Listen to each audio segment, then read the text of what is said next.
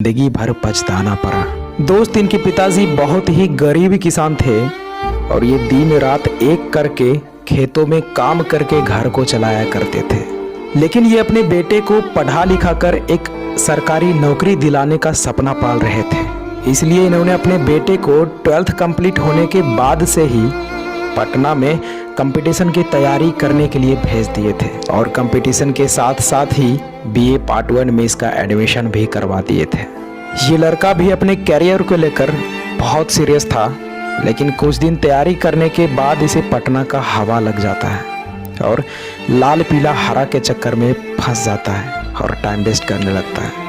अब आप तो समझ ही गए होंगे कि मैं क्या कहना चाह रहा हूँ। ये लड़का दरअसल प्यार के चक्कर में पड़ गया था। और दोस्त, मैं क्या बताऊँ, इसके बाद इसका पढ़ाई के प्रति सीरियसनेस लेजीनेस में बदल जाता है। इसे लगने लगा कि यार अभी तो मेरे पास बहुत समय है, अभी तो ग्रेजुएशन कंप्लीट होने में 3 साल बाकी है और मैं तैयारी तो 6 महीने में ही कर दूंगा, क्योंकि कोर्स 6 महीने का ही होता है। लेकिन शायद इसे ये नहीं पता था कि उस 6 महीने में पढ़ाए गए चीज़ों को कंप्लीट करने में बहुत समय लगता है और इसी गलत फहमी में जीने लगा और पढ़ाई कम, प्यार का चक्कर ज़्यादा करने लगा। हालांकि बीच बीच में इसे रियलाइज़ होता था कि मैं गलत कर रहा हूँ, लेकिन दोस्त, इस चक्कर में जो एक बार पड़ जाता है ना, वो इतनी आसानी से बाहर नहीं निकल पाता है। ये जीवन की सच्चाई है, जितना जल्दी समझ लो उतना ही बेहतर होगा। ये लड़का इसी तरह अपने जीवन के 3 साल ऐसे ही बिता दिए और अभी तक ये क्लास का ही चक्कर लगा रहा था। दोस्त, आप भले ही सच्चाई से कुछ दिन मुंह मोड़ लेते हो, लेकिन एक न एक दिन आपको जरूर समझ में आती है। लेकिन जब तक समझ में आती है तब तक बहुत लेट हो चुका होता है।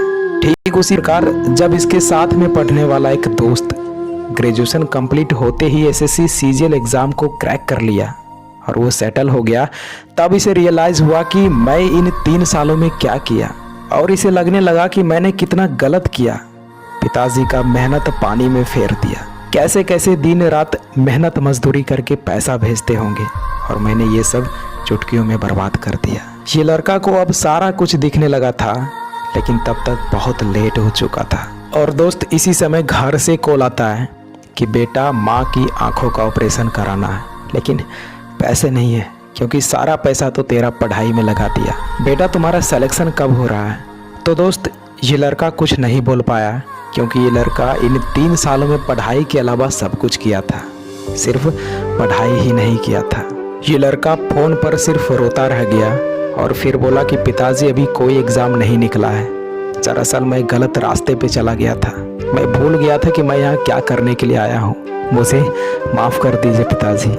दोस्त, इतना बात सुनकर इनके पिताजी शॉक्ड हो गए और सोचने लगे कि मैं क्या सोच रहा था और क्या पाया। मैं ये सोच रहा था कि अब दुख की घड़ी बहुत जल्द ही खत्म होगा, लेकिन सारा उम्मीद पे पानी फेर दिया।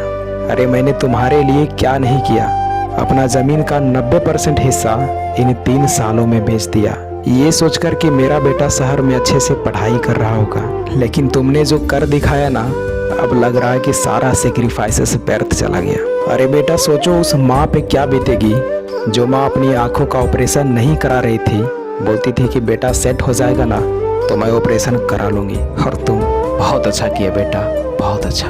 दोस्त, अब इसके पास रोने के सिवा और कुछ नहीं बचा था और मजबूरन इसे प्राइवेट जॉब में 10,000 की नौकरी करना पड़ा और जो सपना इनके माँ बाप ने देखे थे वो केवल सपना ही रह गया।